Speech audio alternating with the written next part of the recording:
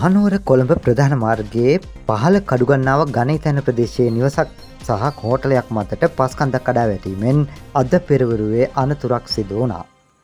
එහිදී හෝටලයේ සිටි පිරිස අතුරෙන් සිව් දෙනෙකු බේරාගෙන රෝහල් ගත කළ අතර ඉන් එක් අයෙකු අවාසනාවන්ත ලෙස ජීවිතක්ෂයට පත්ව තිබෙනවා.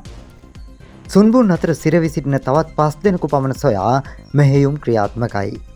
ප්‍රදේශවාසීන් සහන සේවකයින් සමගින් 30 දෙනෙකුගෙන් යුත් යුද හමුදා බට පිරිසක්ද මෙම මෙහෙයුම් සඳහා එක්ව තිබෙනවා.